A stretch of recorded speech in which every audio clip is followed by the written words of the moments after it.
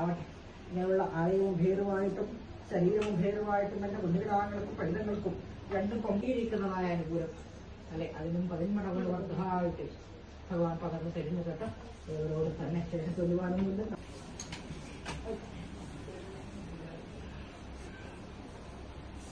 സ്വീകരിച്ചു പോരുന്നു കേട്ടോ.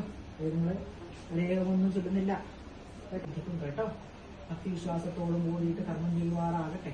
ശേഷപട്ടത്തിൽ പെരുമാറപ്പെടുമെന്റെ കളിച്ച മുതലാധാരമായിട്ടുണ്ട് സർവ്വകൊട്ട് കാര്യങ്ങൾ ചൊല്ലുവാനായി അപ്പോഴെങ്കിലാവാം. ഒട്ടിങ്ങനെയൊക്കെ ചിന്തിക്കുന്നു കേട്ടോ.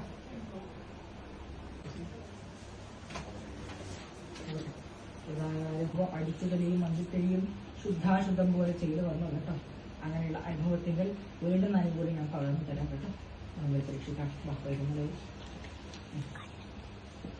ദൂരരേഖയ്ക്ക് പൊട്ടം വരുത്താണതൊക്കെ വണ്ണം ശ്രീജന്മമായിരിക്കുന്ന അനുഭവത്തിങ്കിൽ അതിൽ കളങ്കം വരുത്താണതൊക്കെ വണ്ണം പരിപാലിച്ചു പോലും കേട്ടോ.